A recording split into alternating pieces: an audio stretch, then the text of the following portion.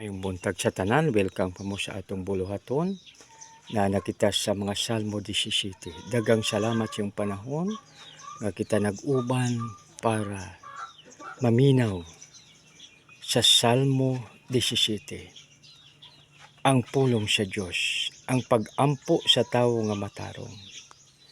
Ginoo, pamatia ang akong pangamuyo, hugustisya, pamatia ang akong matinog anong pag-ampo. Nasayod ka kung unsa ang husto, busa ikaw ang makahukom, nga wala ako'y sala. Imong gisusi ang akong kasing-kasing. Bisan sa gabii, ginasulayan mo ako ug wala kay nakita nga sala kanako. Determinado ako nga dili musulti ug dautan. Sama kasi sa gibuhat sa iban. Sa gibuhat sa iban.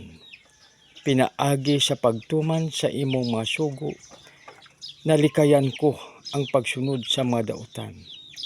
Gisunod ko ang kanunay ang imong pamaagi, ug wala ako musimang gikan niini. O Dios, nagaampo ako kanimo, kay nasayod ako nga tubagon mo ako, pamatia ang akong pag-ampo. Ipakita ang katingalahan mong gugma. Pinaagi sa imong gahom. Giluwas mo ako. Giluwas mo ang mga tawo nga nagapangamuyo kanimo og proteksyon gikan sa ilang mga kaaway. Ampigi ako nga sama sa pag-amping mo sa imong mga mata. Og panalipdi ako sama sa panalipod sa langgam sa iyang piso ilalom sa iyang mga pako. Panalipdi ako gikan sa dautan kung makaaway nga nagalibot o nagatinguha sa pagpatay kanako. Wala sila'y kaluoy o nagahitason manulti. Gisundan nila ako og karon nagalibot na sila kanako. Nagawla sila og higayon nga ila akong malaglag.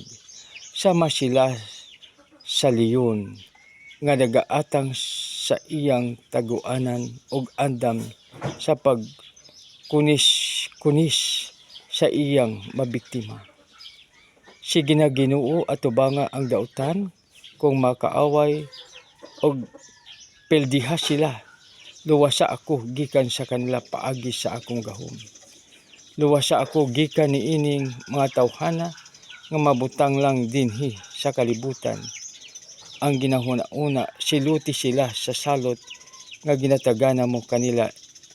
Apil na ang ilang mga kabataan ug kaapuhan. Apan ako makakita kanimo kay wala ako mahimong sala. Pag mata ko malipay gayud ako ang akong pagkita kanimo. Dagang salamat mga utod ko, mga abyan, kini ang mga Salmo 17, ang Salmo de David. Dagang salamat, God bless us all.